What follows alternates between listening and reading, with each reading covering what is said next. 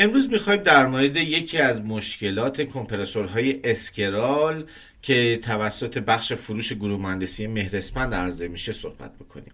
خیلی وقتا پیش میادش که مشتری اعلام میکنه که کمپرسور من کمپرس نداره، مدت کمی داغ کار کرده یا بدون دلیل ما دلیلی براش پیدا نکردیم، کار میکنه کمپرسور اما کمپرس نداره.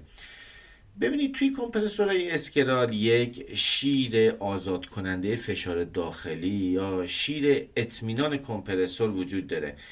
این شیر IPR هستش که مخفف Internal Pressure Release Valve هست.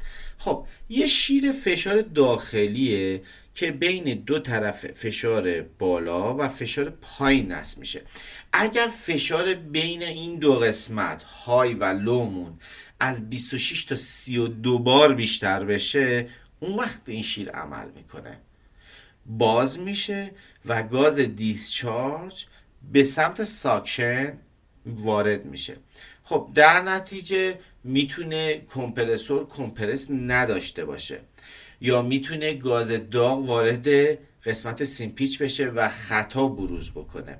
اما یه نکته‌ای وجود داره، شما خطا توی کمپرسورتون بروز میکنه، میبینید که شیر اطمینانتون عمل کرده اما دیگه هیچ وقت رها نمیشه این شیر اطمینان و دائم گاز داغ به سمت ساکشن میره و کمپرس نداره کمپرسور.